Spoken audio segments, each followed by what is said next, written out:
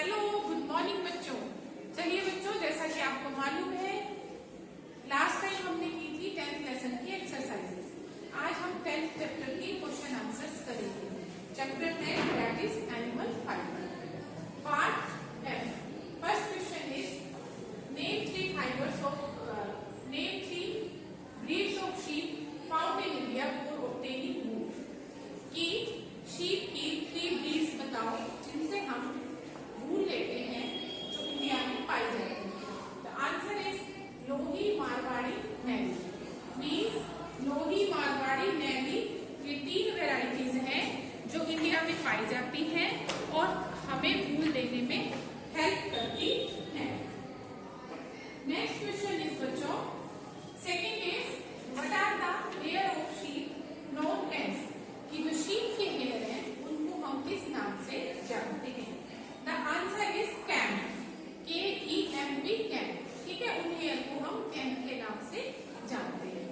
Next one is what is the wool obtain from sheep pole. कि sheep से जो वूल हम लेते हैं उसको हम क्या कहते हैं। The answer is fleece, FLEEC। उसको हम फ्लीस बोलते हैं। Next question is which part of the sheep provides the longest and the most expensive wool. कि जो शीप होती है उसकी बॉडी का कौन सा पार्ट होता है जहां से हमें सबसे लंबे हेयर प्राप्त होते हैं और साथ साथ वो जो पार्ट होता है, जो हेयर होते हैं वो मोस्ट एक्सपेंसिव होते हैं, सबसे महंगे होते हैं। द आंसर इज शोल्डर वूल। क्या आएगा? शोल्डर वूल। यस, शोल्डर वूल मीन्स कि जो शीप के शोल्डर के हेयर होते हैं वो लंबे होते हैं बाकी बॉडी से और वो एक्सपेंसिव भी होते हैं, मीन्स कि महंगे भी होते हैं। Next one is name the main varieties of sheep that are used to produce wool. कि शीप की मेन वेराइटीज के नाम बताइए जो हमें वूल देती है। Answer is alpacas, Lohi, Naini, angora goat, llama and mohair. ये कुछ शीप्स की वेराइटी है। कौन सी है? Alpacas, Lohi, Naini, angora goat, llama, mohair et cetera. ठीक है, तो ये शीप की वेराइटीज है जो हमें हायर क्वालिटी की वूल प्रोवाइड करती है। तो बच्चों ये आपका हुआ एफ पार्ट। आप इसको पढ़ेंगे, रिवाइज करेंगे और लर्न करेंगे। नाउ बच्चों part G of chapter 10। First question is why is it necessary to boil और bake the cocoons of the silk moth. Means कि सिल्क मोथ के कोकून्स को हम बॉयल क्यों करते हैं या उनको बेक क्यों करते हैं। जैसा कि बच्चों आपको पता है जब कोकून्स की फॉर्मेशन होती है तो वो हार्ड होती है। ठीक है, अगर हम उस कोकून को तोड़कर उसमें से सिल्क थ्रेड निकालेंगे तो वो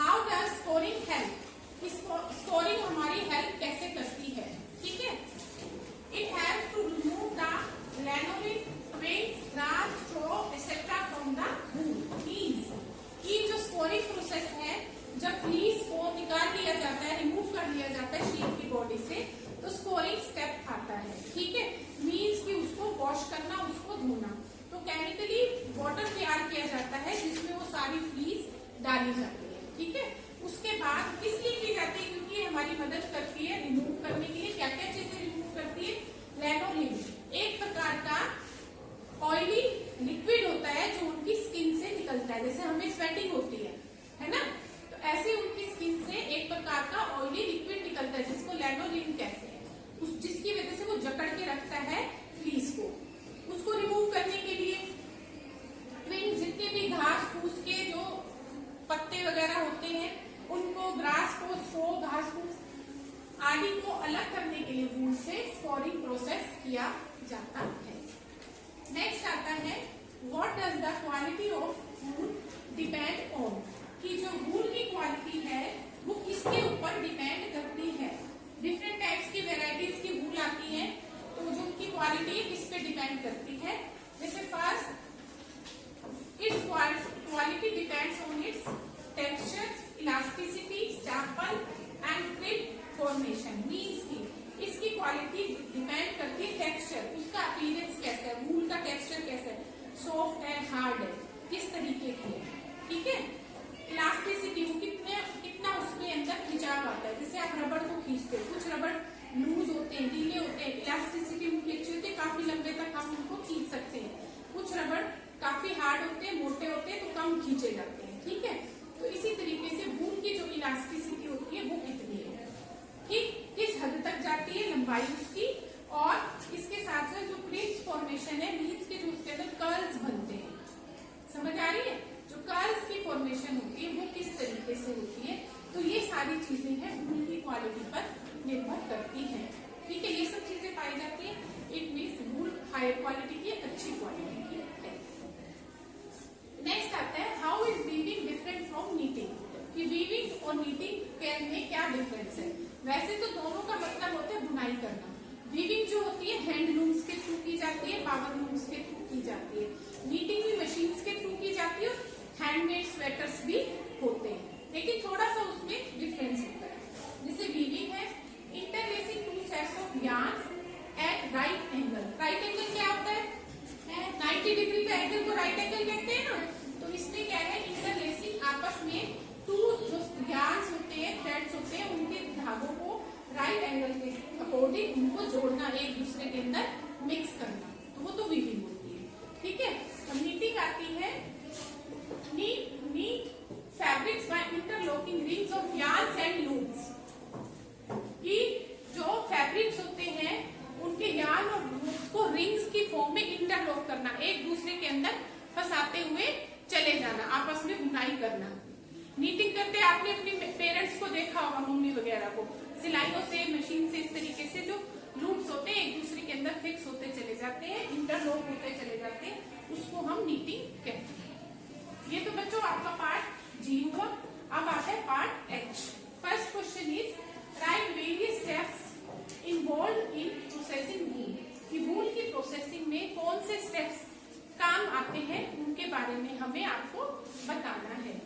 वूल इज प्रोसेस्ड बाय, वूल की जो प्रोसेसिंग होती है वो इसके द्वारा होती है बाय विभिन्न प्रकार से, जैसे कि shearing, scouring, classing, carding and combing, spinning, weaving and knitting. अब सबसे पहले आ जाती है शीरिंग। शीरिंग क्या होती है? Removing fleece from the sheeps body.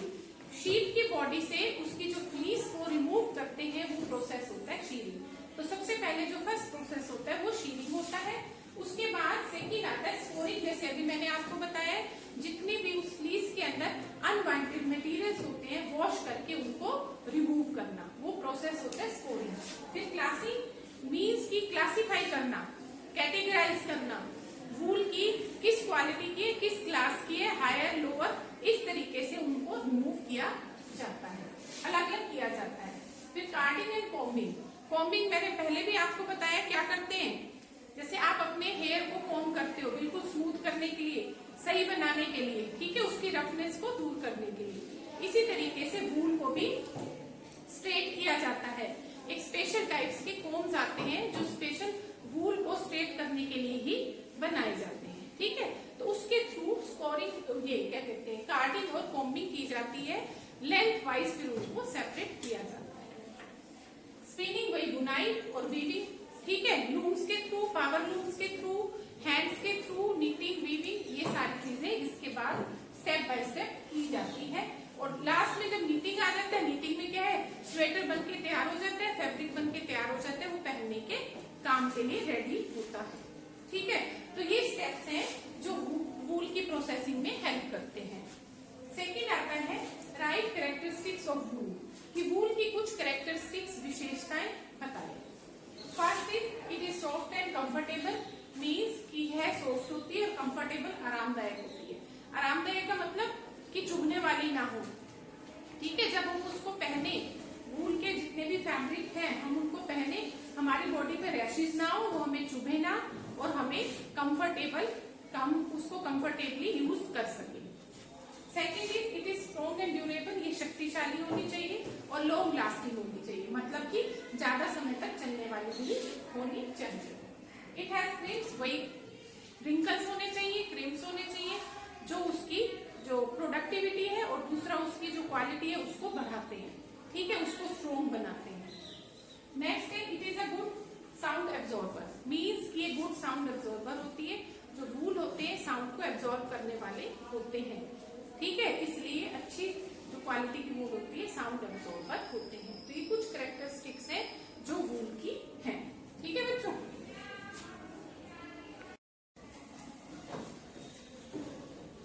Now question number 3, what is silk, how is it obtained from silk moth, means की सिल्क क्या होती है और सिल्क मोथ से किस प्रकार हम लेते हैं। ठीक है, first what is silk, silk is an insect fibre, silk जो है इंसेक्ट फाइबर है। क्यों इंसेक्ट फाइबर है, आपको मालूम ही है, किससे मिलती है, हमें सिल्क मोथ से मिलती है ना। तो रेशम का कीड़ा होता है उससे मिलती है, तो वो एक प्रकार का एनिमल फाइबर भी होती है जो कि इंसेक्ट से मिलती है, इंसेक्ट से मिलती है। It comes from the silk worm cocoons, जो कि सिल्क वॉर्म के कोकून से मिलती है। आपने पढ़ा हुआ है, जो एग्स होते हैं, जो फार्मर से एग्स को कलेक्ट करते हैं, ठीक है, उनको पालते हैं, उसके बाद उसके अंदर से जो उसके लार्वा निकलते हैं उस पर रखे जाते हैं, मलबरी लीव्स पर रखे जाते हैं, वो धीरे धीरे बड़े होते हैं और मलबरी लीव्स को खाते हैं। ठीक है, खाने के बाद क्या है, कैटरपिलर बनता है, कैटरपिलर से प्यूपा बनता है, इस तरीके से हैंग रहते हैं पेड़ के ऊपर।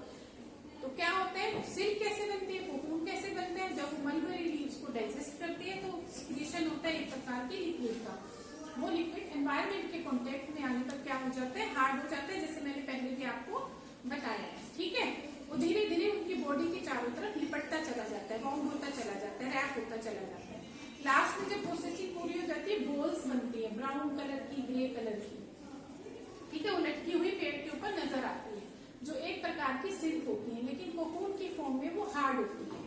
उनको फिर सॉफ्ट बनाने के लिए बेक किया जाता है या बॉइलिंग वाटर में डाला जाता है। तो जो सिल्क वॉर्म से कोकून बनता है उससे हमें सिल्क मिलती है। अब क्या है कि कैसे मिलती है, स्टेप बाय स्टेप मैंने ज्यादा डिटेल में नहीं लिखा है, पॉइंट टू पॉइंट लिखा है, जिससे आप इजीली लर्न कर सकें। First the female silk moth lays nearby 500 eggs at a time, जो सिल्क मोथ होती है, कौन सी फीमेल सिल्क मोथ एक बार में लगभग 500 अंडे देती है। The caterpillars consume mulberry leaves, जो उसके अंदर से कैटरपिलर्स निकलते हैं वो मलबरी लीव्स, मलबरी क्या होता है, शहतूत एक प्रकार का फ्रूट होता है। ठीक है, उसकी पत्तियों को कंज्यूम करते हैं, मीन्स की खाते हैं। वंस द वॉर्म ग्रोज, जब एक बार जो ये कैटरपिलर होता है कीड़े की फॉर्म में बढ़ जाता है, मीन्स की डेवलप हो जाता है, फुली पूरे तरीके से स्टार्ट स्पिनिंग कोकून, वो कोकून बनाना शुरू कर देता है। ठीक है, नेक्स्ट स्टेप में आ जाता है pupa are boiled to kill the worms inside, जब वो कोकून बन जाता है, प्यूपा की फॉर्म में होते हैं, तो उन कोकून्स को कलेक्ट कर लिया जाता है और फिर उनको क्या किया जाता है, बॉइलिंग वाटर के अंदर डालकर, मतलब मर जाता है। आपके ऊपर कोई गर्म पानी, उबलता पानी फेंकेगा, क्या होगा, मरेंगे तो नहीं, लेकिन हम बुरे तरीके से जल जाएंगे। तो इसी तरीके से जब उनको उबलते पानी के अंदर डाला जाता है, बेक किया जाता है, तो कोकून के अंदर ही जो प्यूपाज होते हैं वो मर जाते हैं। ठीक है, silk is unwound from cocoon, और फिर वो लूज हो जाते हैं पानी में, जैसे वो कोकून डालते हैं वो हार्ड होते हैं, बिल्कुल सॉफ्ट हो जाते हैं, थ्रेड्स अलग हो जाते हैं। तो क्या करते हैं, सिल्क को कोकून से बिल्कुल अलग करके कलेक्ट कर लिया जाता है। तो ये स्टेप्स है, इसको सिल्क कहते हैं और सिल्क की फॉर्मेशन इन स्टेप्स के थ्रू होती है, जो मैंने आपको डिटेल में नहीं करवाई, टू द पॉइंट करवाई है, जो आपको आसानी से समझ भी आ जाएगी और लर्न भी हो जाएगी। ठीक है, तो बच्चों ये आपका 10th चैप्टर हुआ, सारा कंप्लीट हो गया, एच पार्ट लास्ट था, अब तक कंप्लीट हो गया। आप इसको पढ़ेंगे, इसको समझेंगे और लर्निंग वर्क भी करेंगे। ठीक है बच्चों, ओके बच्चों, बाय बच्चों, हैव अ नाइस डे बच्चों।